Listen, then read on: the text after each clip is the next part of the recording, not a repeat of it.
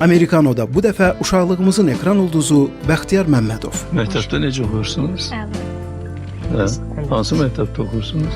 Mən 43 saylı Bağça Məktəb Lisey kompleksində. Onu 90-cı illərin uşaq verilişlərindən və yuxu filmindən tanımışıq. Atamcanı getdilər. Görmürsən, çıx da.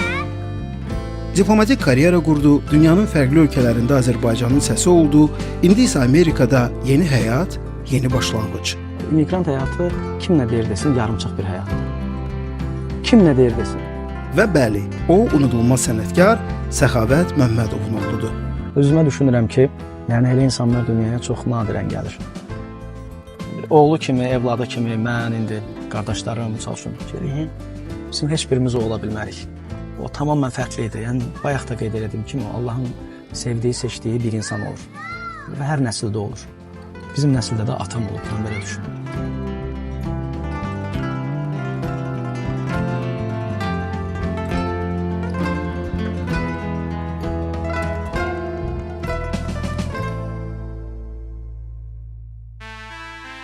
Uzun müddətdir ki, Bəxtiyarla Amerikano barədə danışırdıq.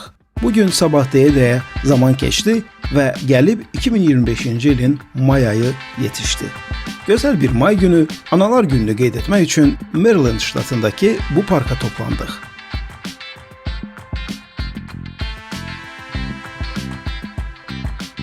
Mən parka çatanda Bəxtiyarın həyat yoldaşı Səkinə xanım artıq hər şeyi hazır etmişdi. Masa qurulmuşdu.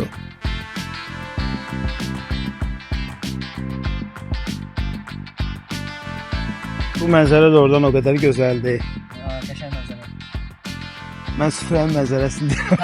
Süfrə mənzərə. O qədər ləzzətli yeməklər var. Alçanı düzəltməyəcək, bəs əsas alçadır. Və biz birlikdə yaşadığımız bir günü Amerikano ilə əbədiləşdirdik.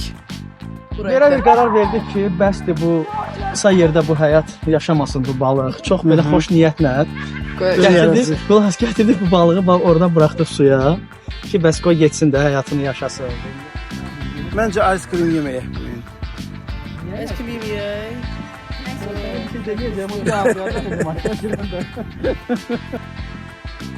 Mən keçən dəfə səninlə danışanda qeyd eləmişdim deyəsən bunu. Mən deməli muğam müsabiqəsini aparırdım. 2011-ci ildə idi. Ümumiyyətlə Azərbaycan televiziyasında 2 sezon, 2 mövsüm muğam müsabiqəsində olmuşam. Bəli, yaxşı xatırlayıram onu. 2016 idi. 2006, bir də 2011-ci ildə. Bəli.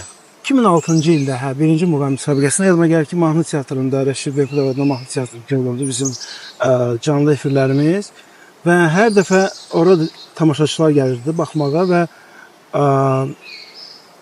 konsert bitəndən sonra çölə çıxanda insanlar yaxınlaşırdılar, şəkil çəkirdilər, imza alırdılar falan. Və həmişə də mənə yaxınlaşıb deyirdilər, Allah rəhmət eləsin, Allah atanına rəhmət eləsin. Mən həmişə qalırdım ki, kişi sağdır da, yəni... Allah can sağlığı. Bir dəfə də yenə də oradan çıxanda, muğam müsabiqəsindən sonra yadıma gəlir bir yaşlı kişi idi, yaxınlaşdı ki, Allah atanına rəhmət eləsin, çox gözəl xanəndəmiz idi, çox gözəl səsi var idi. Dedim bir dəqiqə, mənim atam ümumiyyətlə oxumur, atamın səsi yoxdur da, yəni nəyi kimdən qarışdırırsınız? Dedi, Səxavət Məmmədovun oğlu deyilsən. Dedim, yox, belə qaldım, çünki mənə də çatmırdı ki, niyə Səxavət Məmmədovun oğlunun adı da Səxavət olsun, yəni o məntiq mənə... İstər-istəməz assosiasiya yaranır. Sonra anladım ki, söhbət nədən gedir? Cəmaət sənin də məni qarışdırır. Çünki sən uşaqlıqdan Azərbaycan televiziyasındaydın və hər kəs səni tanıyırdı, sevirdi və hər kəs bilirdi Səxavət Məmmədovun oğlusan. Sonra sən artıq televiziyada qalmadın, başqa sahəyə, Xarici İşlər Nazirliyində işləməyə başladın, təhsilini də o üzrə gördün və televiziyada mən idim deyə yəqin ki, insanlar belə düşünürdülər ki, hə, adım da Səxavət olduğuna görə, yəqin ki, Səxavət Məmmədovun oğlu. Ola bilər, yox, adın istər-istəməz həm də Səxavət, o adın bir tarixçəsini mən düşünmürəm sən aradasa. Məncə bircə mənə danışmısan da. Adın da tarixçəsi nədir əslində? Mən doğulmamışdan əvvəl əslində mənim adım yaranmışdı. 1978-ci il. O illər düşünürəm ki, ümumiyyətlə bizim atalarımız eyni yaşda olublar təxminən. Bəli. Və inanıram ki, 20'li yaşlarında olub o vaxt Səxavət Məmmədov. Bəli, 53 təvəllüddür atam. O vaxt hətta bildiyim qədərlə məşhur müğənni deyildi hətta. Əlbəttə, yəni sonradan əlbəttə, son 78-də yox, o qədər də yox, bəli. Və həmin ildə deməli bizim kənddə Əkrəm müəllim var idi. Hansı ki Səxavət Məmmədova sənətanla eyni universitetdə təhsil alıblar, səhv eləmirəmsə və onun toyunda iştirak etmək üçün Səxavət Məmmədov Bakıdan gəlir və toyu da Səxavət Məmmədov aparır, rəhmətlik. Qubaya. Qubanın Səbətlər kəndinə, Bildaq kəndidir. Və bu da 1978 avqust ayıdır. Çox güman ki, o vaxt mən anamın bətnində 3 aylıq olmuşam falan. O vaxtda ucuz falan yox idi. O uşaq nə olacaq bilmirdilər. Və bilirsən o vaxtda kəndlərdə otellər indi də yoxdur, heç otellər, yəni qonaq evləri falan və biz də yaxın qonşu olduğumuza görə ifaçılar, xüsusilə də Səxavət Məmmədov bizim evdə qonaq qalır. Və mənim nənəm o qədər çox sevir ki, onun səsini, yəni insanlığını. Yadıma gəlir ki, Allah ölərinizə rəhmət etsin, nənəm həmişə danışırdı və nənəm elə orada birbaşa özünə deyir ki, mənim nəvəm olsa, oğlan nəvəm olsa, sənin adını qoyacağam. Ay Allah. Və də oradan belə olur ki, yanvar ayının 25-i mən anadan olaram və adımı Səxavət qoyurlar. Yəni mən bu adla böyüyürəm. Yəni mən paralel həmişə Səxavət Məmmədova eşidirəm, həmişə televiziyada onun ifalarını görəndə belə bir istər-istəməz o adın getirdiyi bir doğmalıq vardır. Bilirdim ki, mənim bir doğmamdır, yəni bir yaxın insandır. Bir də nənəmin həmişə onun haqqında danışmaqları idi. Hətta şəkillər də var. Keçən dəfə tapdım o şəkillərdə dumanlıdır belə, biraz üzərində işlədim. Şəkilləri təmizləməyə çalışdım. Güzel. Yəni maraqlı bir şeydir. İnsan oradan adıyla böyüyür. Sənə də. Adlar ona təsir edir və belə oldu ki, gəldik bu insanla biz bu il Amerikada da rastlaşdıq. Baxmayaraq ki, biz Bakıda rastlaşmışıq artıq illər boyunca, illər bundan əvvəl. Mən bir neçə üstündən artıq bir xeyli müddət keçib. Sən məndən o vaxt müsahibə almışdın radioda, yadımdadır. 2009-cu ildə. 2009-cu ildə. Səxavət Məmmədov haqqında mən radio proqramı hazırlayırdım. Bəli. Yeri gəlmişki YouTube-da var o hazır. Bəli. Bax o yadımdadır. Feruzdan da, əmimdən də almışdım müsahibə. Sonra məndən də biz orada ilk dəfə səninlə ilk dəfə bəli onda. Elə bunu onda o vaxt danışmışdın sən. Sonra biz bir qərar verdik ki, bir gün bunu biz danışarıq. Deməli o gün bu gün. O gün bu gündür. Sən qismət bax üstündən illər keçib və harda. Bu söhbət Amerikada eləyirik.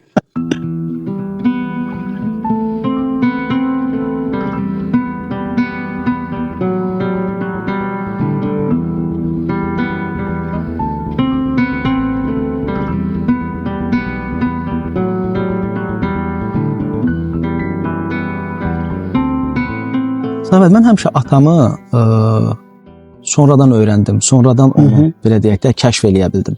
Atamla bağlı xatirələrim əlbəttə, yəni var, çox yerdə danışmışam, istəmirəm indi onları biraz təkrarçılıq kimi eyni cürə təkrar eləyim. Amma mən onu bilirəm ki, atam çox belə mərhəmətli, çox vətənpərvər, sözün əsl mənasında vətənpərvər və çox elini obasını sevən, sənətini sevən və inanılmaz dərəcədə mütəvazi insan olubdur. Yəni, onu mən bugün dostlarından, onu sadəcə bir dəfə, iki dəfə görən insanlardan eşidirəm. Özümə düşünürəm ki, yəni elə insanlar dünyaya çox nadirən gəlir. Oğlu kimi, evladı kimi, mən indi qardaşlarım, misal üçün, bizim heç birimiz o ola bilmərik.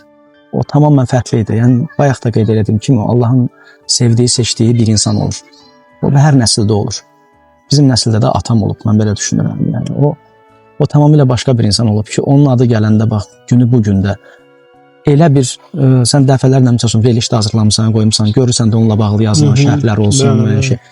Və hələ də izlənən, ən çox izlənən videolar onunla bağlı olur. Təsəvvür et, yəni, elə bir insan yoxdur ki, misal üçün, mən xatırlayım ki, onunla bağlı hansısa nə bilmə bir negativ bir şey desin, negativ bir şey. Çünki əslində bu çox çətindir belə bir şey eləmək. Mən özümdən götürürəm, yəni hamıya yaxşı olmaq olmur bəzən.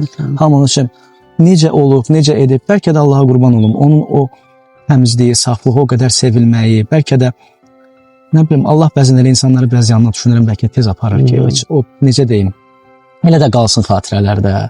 Bəxtiyar adı hardan gəldi?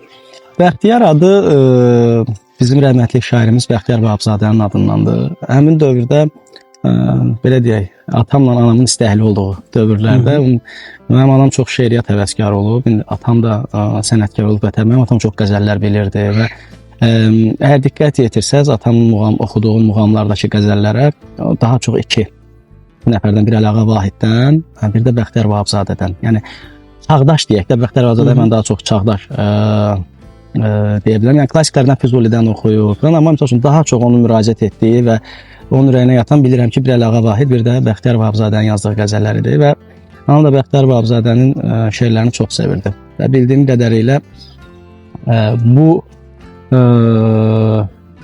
meyar Bəxtiyar olmasına deməli gətirib çıxarıb və həmin dövrdə atam rəhmətlik gedib rəhmətli ikisi də akt dünyasında da Allah ikisinə də rəhmət eləsin. Gedib rəhmətli Bəxtiyar müəllimdən icazə almışdı ki, bəs mən evladımın adını Bəxtiyar qoyacağam, nəinki mənim sizin şərəfinizə Bəxtiyar qoyacağam və o da xeyir dua vermişdi. Və daha sonra mən onun öz nəvəsi ilə Bəxtiyarla tələbə yoldaş olmadı, o məndən yuxarı kursda oxuyurdu Bəxtiyar. Daha sonradan bizim münasibətimiz oldu, tanış olduq. Onda da onunla tanışmışdıq həmin dövrdə. Bəzən universitetdə qarışdırırdılar. Bəzən elə bilirdilər ki, mən onun nəvəsiyəm. Mənim də belə bir qarışdırdım. Məndə də olub belə bir şey. Bakı Dövlət Universitetinə yeni girəndə bəzən bizim orada dekanlıqda belə bir qarışdırma olurdu. Bəzən elə bilirdilər ki, mən Bəxtiyar Vahabzadənin nəvəsiyəm.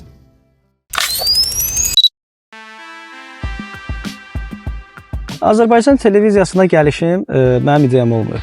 Həmin dövrdə anamın ideyası oldu. Elə bir atam rəhmətə gedəndən sonra bir növ o ailədə, evdə belə bir boşluq, yəni bir növ bir sükunət var idi. Nəsə elə bir şey axtarırdıq ki, həm onun adı yaşasın, həm unudulmasın.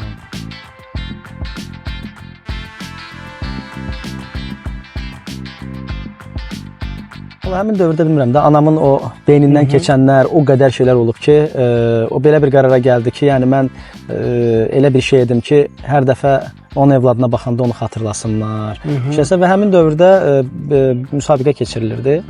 Yadımdadır, Azərbaycan televiziyasına elə anam əlimdən tutdu, apardı. Mən də oradan çox balacayım, yəni 6 yaşım, 7 yaşım heç yox idi mən. Yox, 7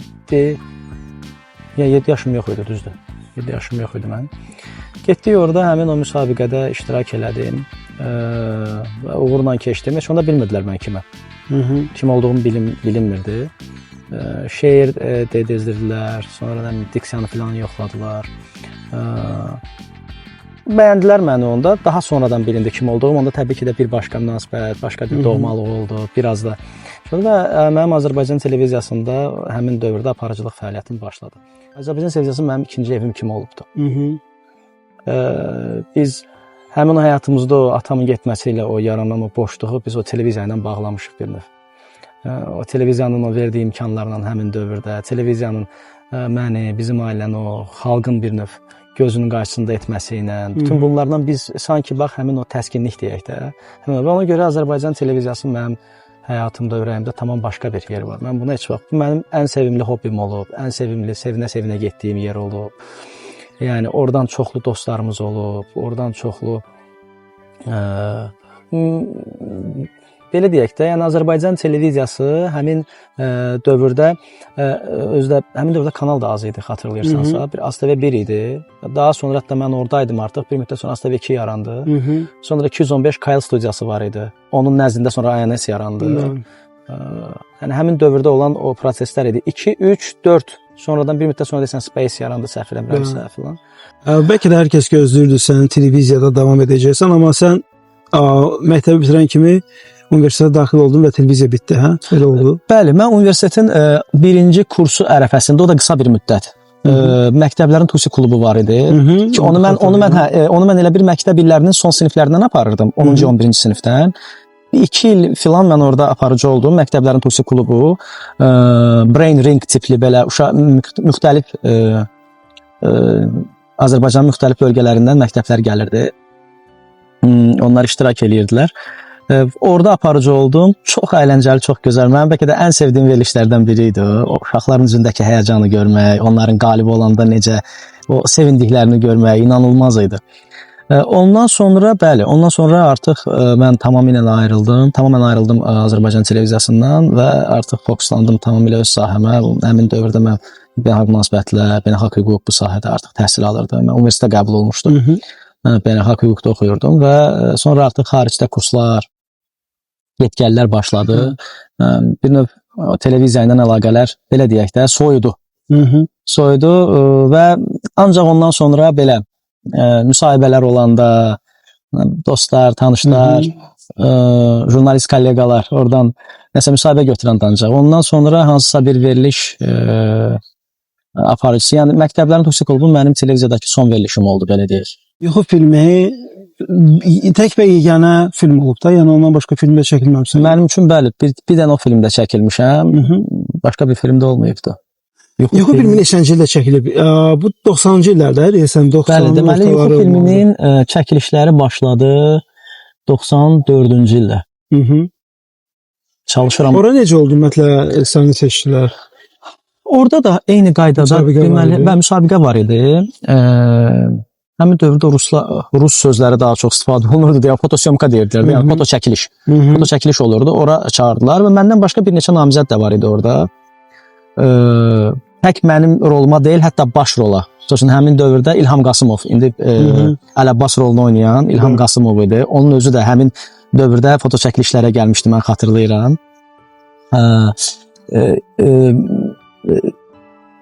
Məni çağırdılar, mən idim, 3-4 dənə də uşaq var idi. Rəhmətli Fikrət müəllim, Fikrət Əliyev, rejissor. O, bir də Qasım Səfəroğlu. Deməli, onlar mənimlə söhbət elədilər. Biraz oradan, buradan, biraz danışdırdılar məni. Sonra tam psixoloji məqama girib, belə deyək, məni ağlatdılar rəsmən. Hətta yəni inanılmaz dərəcədə belə o həssas nöqtələrə getdilər, biraz atamla danışdılar, nə bilim, qiyabən anamı öldürdülər, neynədilər. Yəni, mən elə bir vəziyyətdə ki, mən oradan çıxanda çox pis bir vəziyyətdəydim və ondan sonra işitdim ki, mən seçilmişəm ora. Yəni, kinonun o rolun ruhuna uyğun gəlirmişəm.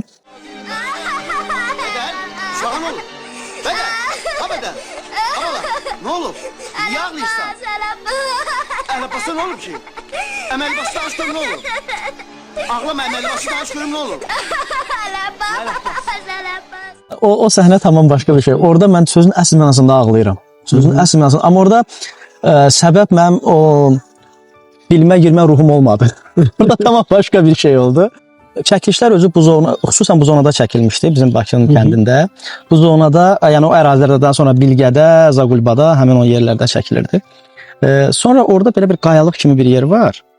Mən oradan qaça-qaça gedirəm və katerlə, balaca bir kiçik bir qayıqla deməli çəkirdilər. Kamera həmin onun içindədir, rejissor, hamısı orada oturmuşdu. Elə bilin ki, onlar orada üzürlər, mən də burada qaçıram. Bax belə, yəni bu məsafədə, belə bir məsafədə qayaların üstündə. Mən qaçanda orada mənim ayağıma bir şüşə qırıntısı girdi mənim ayağıma, tabanıma. Ayaq yalın idim özdə, yəni kənd uşağı da ayaq yalın qaç. Allah!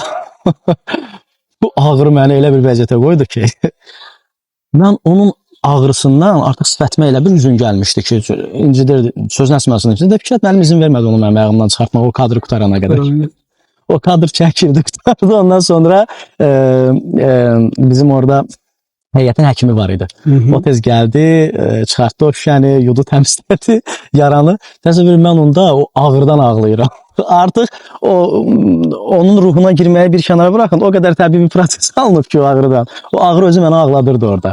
Amma film özlüyündə ümumiyyətlə kinoya çəkilmək tamamilə başqa bir təcrübə idi və inanılmaz gözəl bir təcrübə idi. Mən həmin dövrdə Allah rəhmət eləsin Nəsibə xanım, Yaşar Nuri, Səyavuş Aslan, Zərnigar xanım, Akişiyeva, Nuriyə Əhmədova, yəni bu cür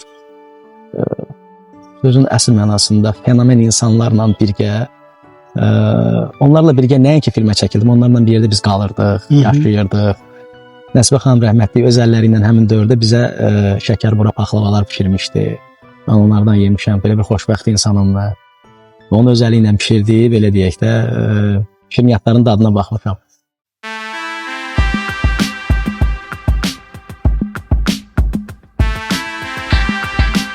2007-nin yanvar ayında Azərbaycan Respublikasının Xarici İşlər Nazirliyində işə başladım. Daha sonra bu da davam elədi məndə 2018-ci ilin hardasa dekabr, noyabr ayına qədər. Və sonucu Argentinadaydın, hə? Yox. Deməli, belə oldu. Mən qısa bir müddət işlədim. İlk öncə bizdə belə bir kurslar olurdu, göndərirlər. Mənim ilk getdiyim, amma bu kurs şəklində olub və orada o probation period deyirlər. Yəni səfirlikdə bir qısa bir müddət işləmişəm Cənubi Koreyada, Seulda. Okay, onu bilmirəm. Ha, bəli.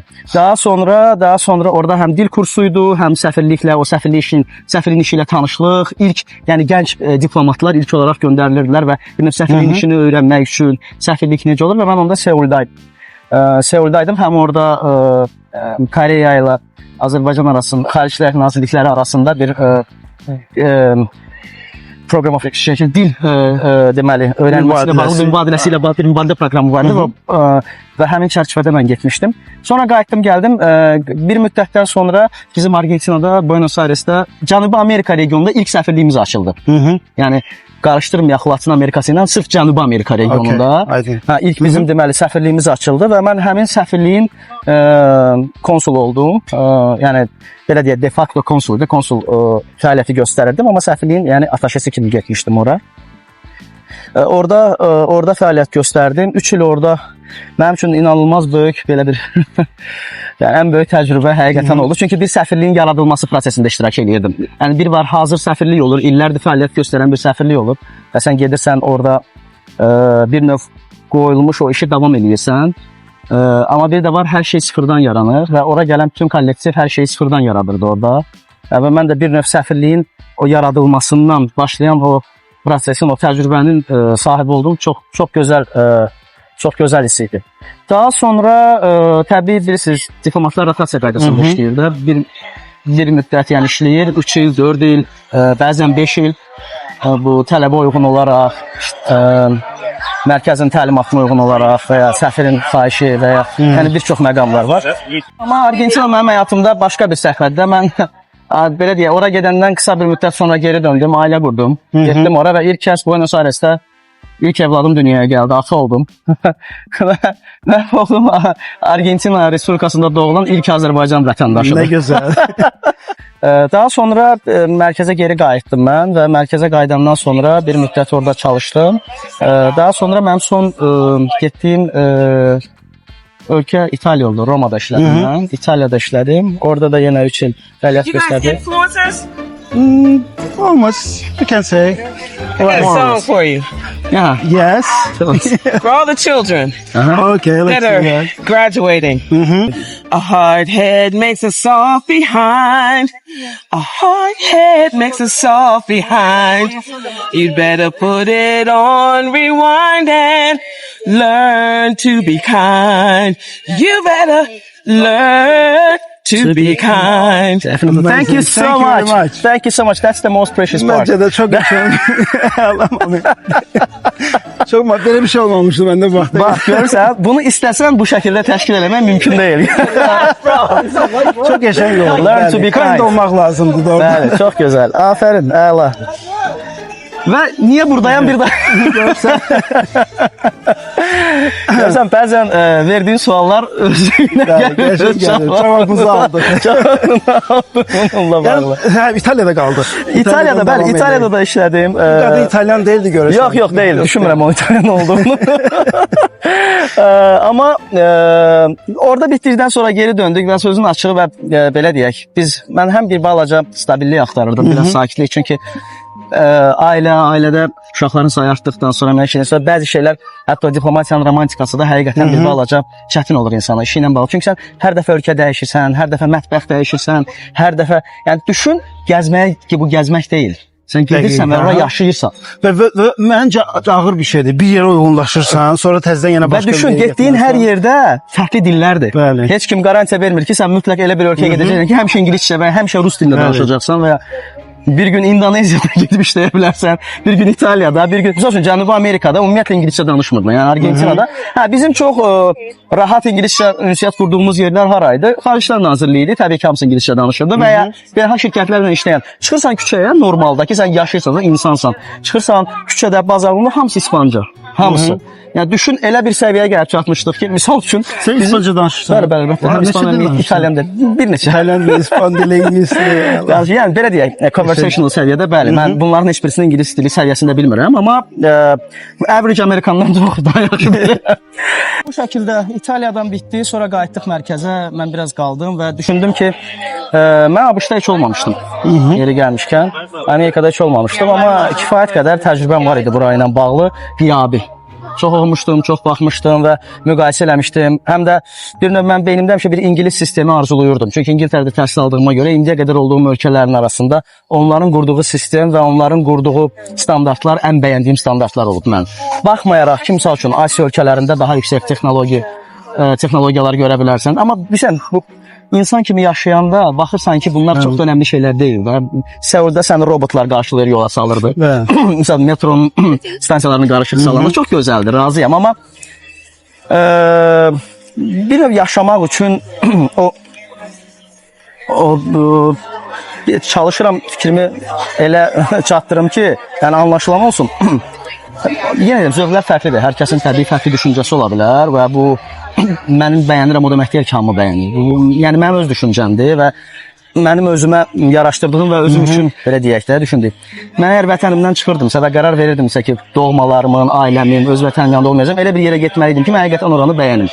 Karyeranı bitirdin və Amerikaya getdin. Bitirdim deyəndə necə oldu? Mən Xarici İşlər Nazirliyindən bəli, bizdə belə bir qayda var. Onsuz da sən uzun müddətli ayrılırsansa, ərizə yazıb işdən uzaqlaşırsan və orada bir vərəqə doldurursan, hesabatlarını, son hesabatlarını verirsən, əgər uzun müddət olmayacaqsansa, ki mən də bura təhsillə gəldim, ilk buraya gəlmə səbəbim təhsil oldu, MBA, daha birinci şeyə gəldim, UNC-də idim mən, North Carolina'da oxudum, orada Conflict Resolution üzrə bir master proqramı var idi, ora gəldim və uzun müddətli olduğuna görə onsuz da Xarici İşlər Nazirliyində ərizə yazırsan və səni oranın bir növ kadrlar elə bir ehtiyatına daxil edirlər, amma işdən uzaqlaşırsan.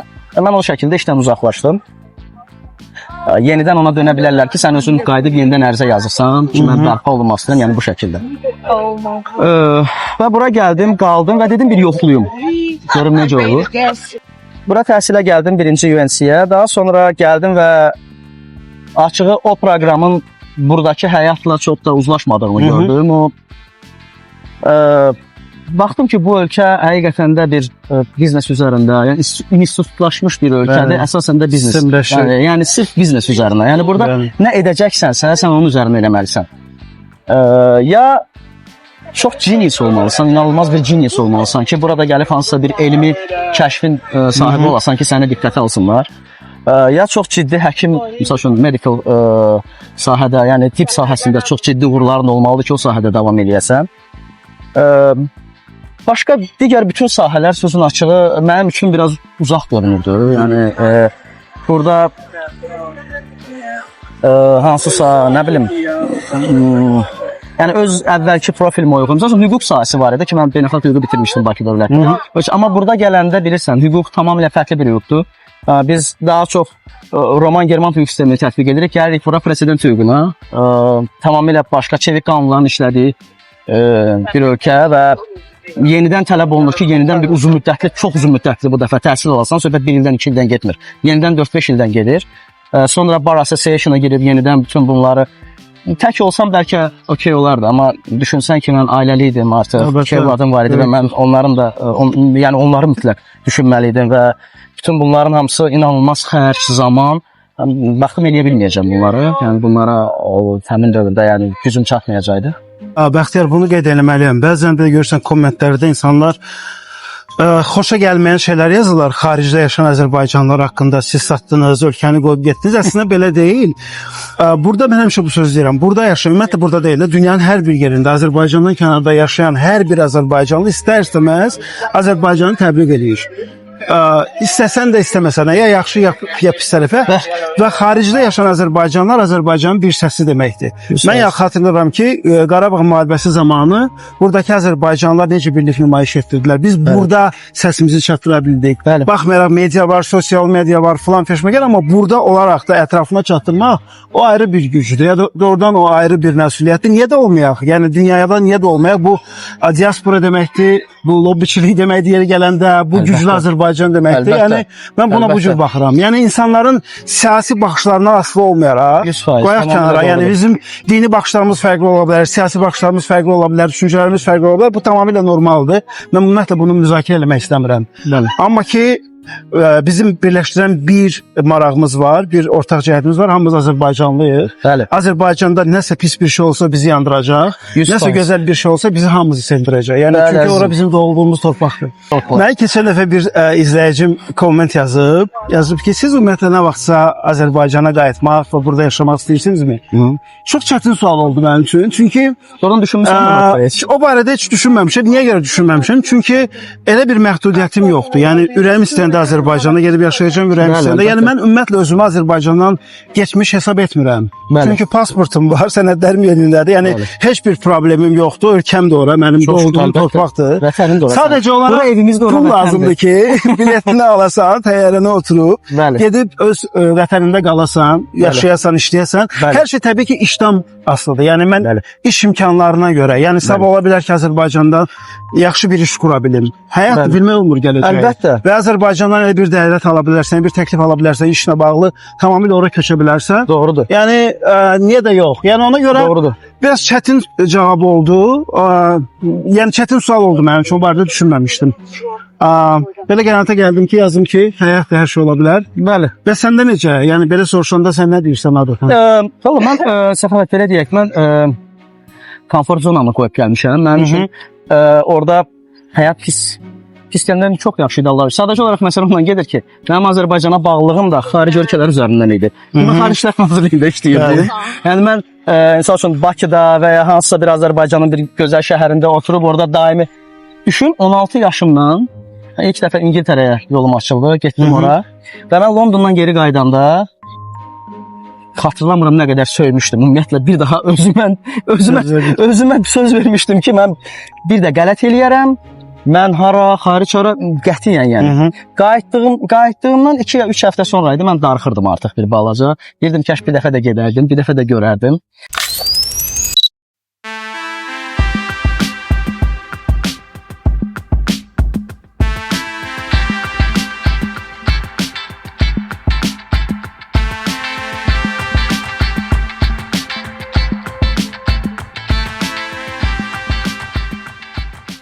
Sən öz işin var, yəni öz işini qurmusan və öz işindən məşğulsan. Bəli. Bu iş nədən ibarətdir? Mənə maraqlıdır və ümumiyyətlə Amerikada biznes qurmaq necə bir şeydir? Əvvəla belə deyək, mən bilirsən, Amerikada insanlar bir iş işləmir, bir neçə iş işləyir bəzən. Mən öz işimdən danışacağım, hansı ki özüm qurmuşam.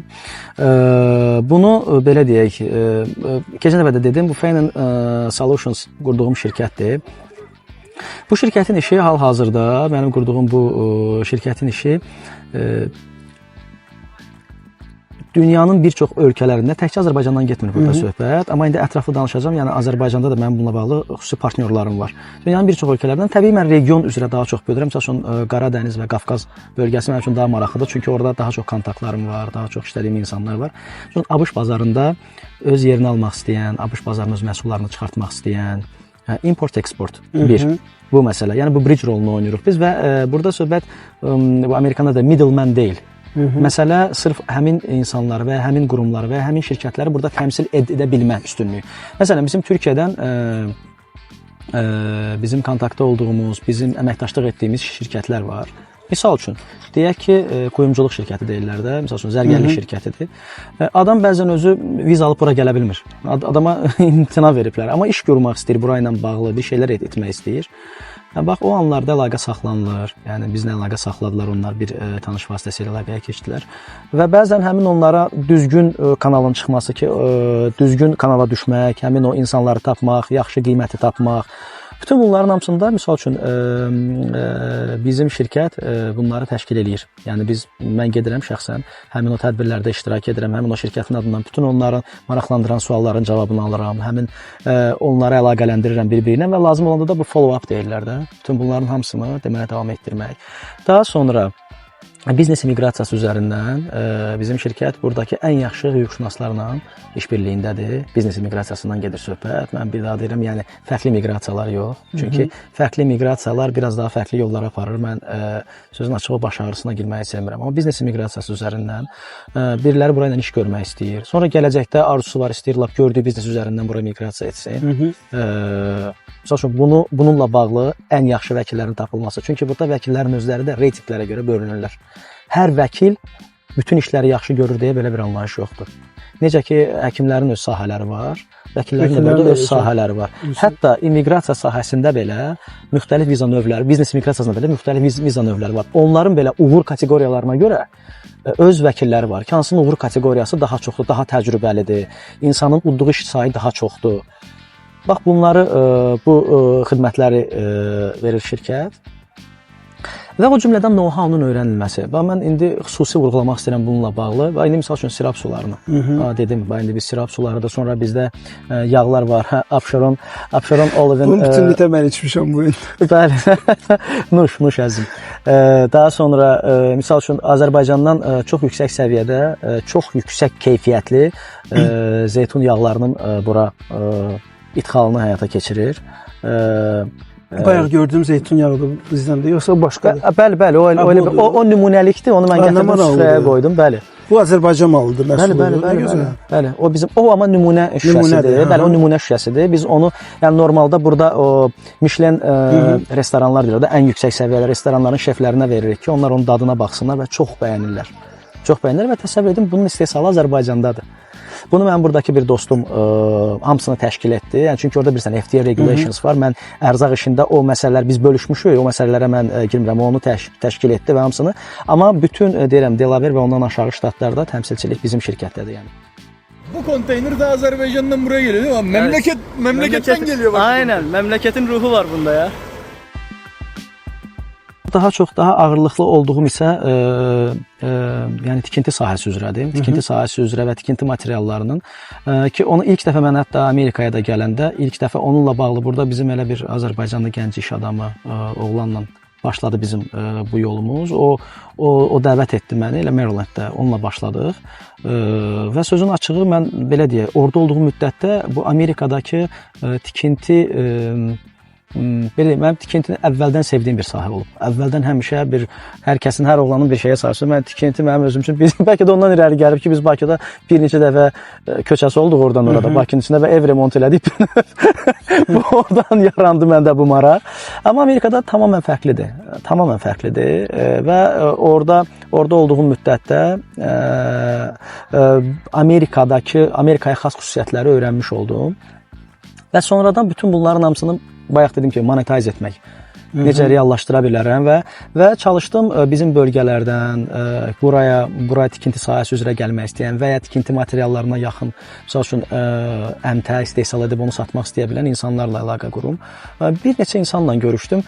Biraz yenə deyirəm, hamı ilə hər şey o dəqiqə alınmır. Həm də Amerika, Səğabət, özün bilirsən, ağır bir gəmidir. Burada bu gəmini yerindən tərpətmək biraz vaxt aparır və illərini alır insanın bəzən.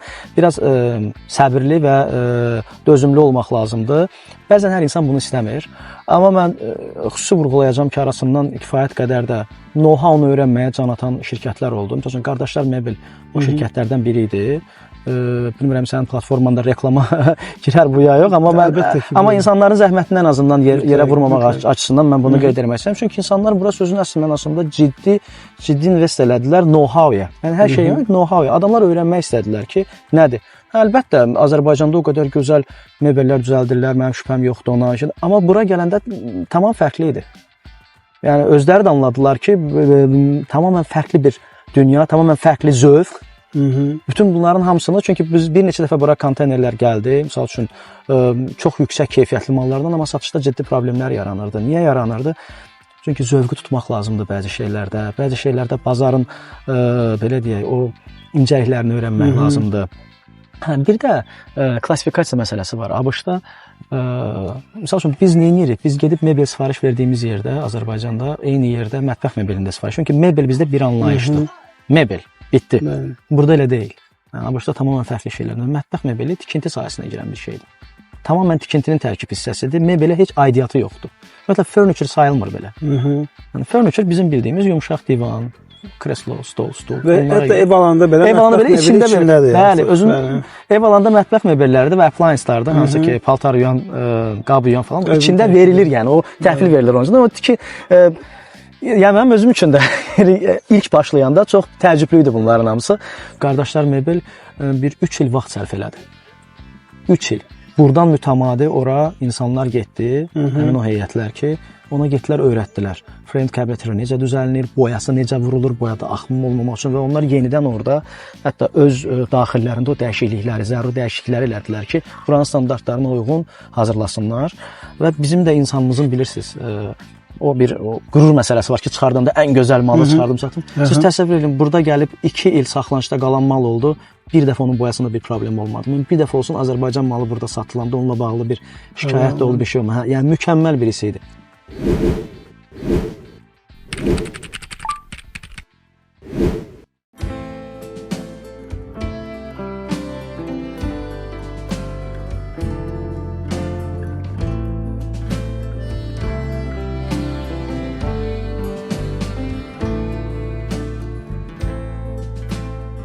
Salam. Salam. Yatıb durub belə, yoxsa hələ yatmıyıb. 1 saat da anons edirlər ki, sən yatasın. Yəni yatmırsan. Qızarıb artıq yuxusuzluqda. Qrab istəyirsən. Hə, gəl. Su istəyir. Gəl, apar onu sonra. Götür. Sən burada təkcəsən, ailənizdən, yəni təkcə olan sənsən. Bəli. Qardaşın Bakıdadır. Yox, o Ukraynadadır. O Ukraynadadır. Şəhriyardır qardaşım. Yox, Şəhriyar mənim ikinci atamın birinci həyat yoldaşından olan. Mənim atamın 2 həyat yoldaşı olub. Birincidən bir bacım, bir qardaşım var. Onlar Bakıdadır. Onlar Bakıdadılar. Ay sağ ol. Mənim anam atamın ikinci həyat yoldaşıdır. Ondan mən varam, amma mən böyük oğlan. Okey, məndən sonra bir Şəhriyar var. Sonra da qardaşım var, Orxan. Münasibət var onlarla? Var. Bacımla yox, çünki bacım ailə qurdu, getdi, o bir müddət getdi, yoldaşı ilə Türkiyədə filan yaşadı, sonra şey oldu. Yəni var, münasibət var, amma çox, amma Şəhriyarla görüşürük gedəndə. Bura gəlməyiblər amma, hə? Yox, bura ancaq ana gəlib gedir. Bura ancaq anam gəlib gedir. Hə, çünki bura biraz gəlmək getmək o qədər asan deyil. Yəni biraz belə deyək də, biraz viza işləmləridir, odur, budur. Ona görə də bura mən özüm gedirəm həm də ildə nə bilim 2 ildə bir ildə bir imkan olduqca gedirəm Bakıya. Onda gedəndə görüşürük. Amma Orxan Ukraynada olan qardaşımdır. Onlar Ukraynadadılar. Onlar Kiyevdə yaşayırlar. Bəxtiyar, ailə çox önəmlidir hər bir insan üçün. Ümumiyyətlə ailə önəmlidir, amma bir də səni anlayan insanla ailə qurmağın, ailə olmağın vacibdir. Yəni həyat yoldaşlarının bir-birini hiss etməsi, anlaması, sevgidən də əlavə və hörmət etməsi çox vacibdir. Mən müşahidələrimdən çox görürəm ki, siz ruh əkizisiniz həyat yoldaşınla və gözəl anlaşırsınız. Əgər paylaşmaq istəyirsənsə, sizin tanışlığınız necə olur? Siz necə ailə qurmusunuz? Ailə elə bir şeydir ki, ondan tək sən yox, hamı öz nəsibini alır.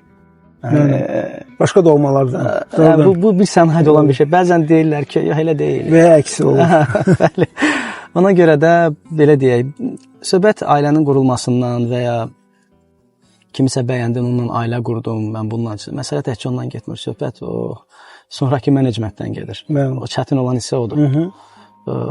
Söz-söhbətsiz ailə var, hər şey mükəmməl deyilsə mən buna gülərəm. Ya da orada nəsə bir şeylər doğru deyil, ya da fake-dir, ya da səmimi deyilər. Yəni mümkün deyil elə bir şey. Məsələ ondan gedir ki, bəli, hər yerdə o söz-söhbət olanda da müəyyən anlaşılmazlıqlar olanda da gərək qulağa xoş gələn sözlərdir, amma sözün əsasında əməldə gərək həqiqətən hər iki tərəfdə biraz lazımi məqamda geri addım atmağı bacarsınlar ki, bir sakitlik olsun. Ki sonra yenidən o sağlam məntiqlə bir daha dönülsün məsələlərə. Mən özümü çox liberal adam hesab eləmirəm, baxmayaraq ki, həyatım boyu xaricdə, liberal ölkələrdə yaşamışam. Amma təbiətən çox da liberal adam. Yəni, asan insan deyiləm mən. öz payıma deyirəm. Yəni həyatım da asan deyil. Özün görürsən haralardayam. Orada, burada. Yəni bu asan bir həyat deyil. Heç bunun maddi o sıxıntı olan tərəflərini bir kənara qoyuram. İnsanlıq həyatımızda bu da olur, o da olur. Söhbət əsas insanın ömründən gedir. O ömrünü sən necə yaşayırsan və o həyatın üçün nə qazanırsan. Çünki maddi elə bir şeydir ki, sağlığın varsa bir şəkildə geri qazana bilərsən. Amma o zamandan o axıtdığın o ömür var, həyat. Onu geri qaytara bilmirsən və o pis keçirsə, onu geri qaytarıb yenidən yaxşı eləmək olmur. Bugün 1 manat qazanırsan, o 1 manatla çalışırsan, xoşbəxt olasan, sabah 100 manat qazanırsan, ona uyğun həyatı yaşayırsan. Bu həll olunur. Amma sən 1 manatda da, 100 manatda da həyatın əgər hüzurun yoxdursa, bayaq biz görsən dedim, bu sözdən çox istifadə edirəm mən. Ona görə əgər o hüzuru tapa bilmirsənsə həyatında, o biraz problem olur. Hüzur da ailədəki hüzurda bir çox komponentdir. Yəni bu mənim təbii bu mənim təcrübəmdir, şəxsi təcrübəm, başqası üçün fərqli ola bilər.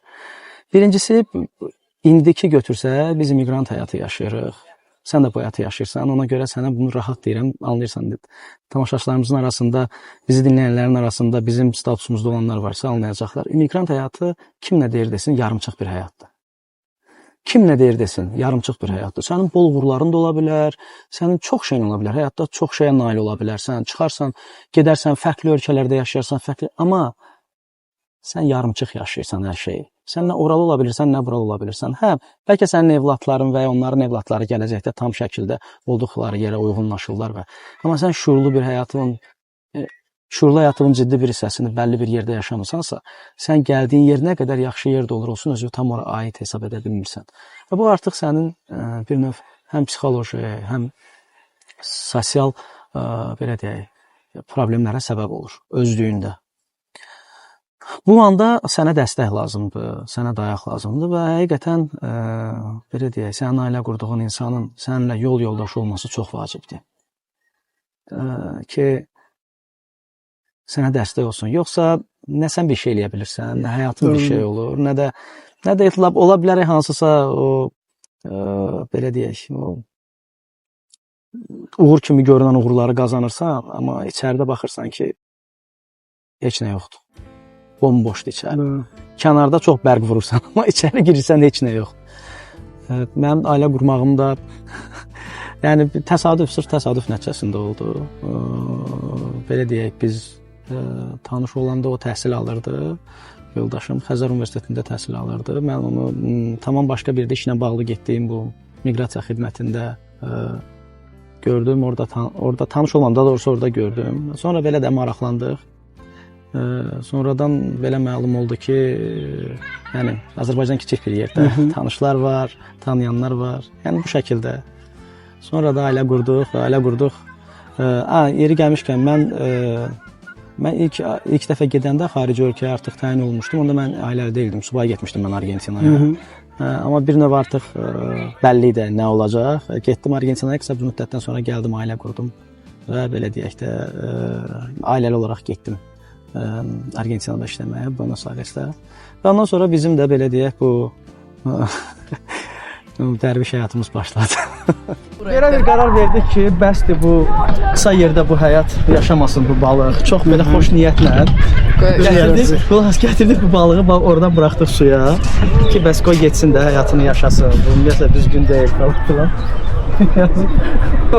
Balığı suya buraxandan sonra girib baxırıq ki, görək bu ümumiyyətlə biz doğru eləmişik. Səhv eləmişik.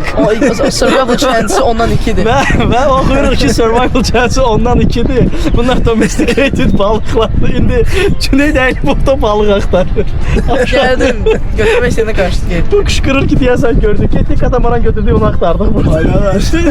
Bana da bu boydadır. Bu boyda bir şey, bu boyda yaxın. Bəxtiyar adını daşıdığım sənətkarın oğludur.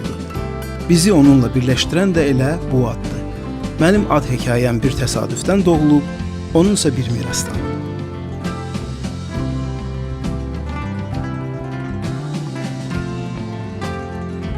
Bəxtiyarın 3 övladı var: Cüneyd, Eskinaz və Dilara. Səxavət adını soyadı kimi hələlik rəsmi olaraq Cüneyd və Dilara daşıyır. Bəxtiyar deyir ki, Amerika vətəndaşlığını alanda geriyə qalan üçümüz də Atamın adını soyadımız kimi dəyişəcəyik.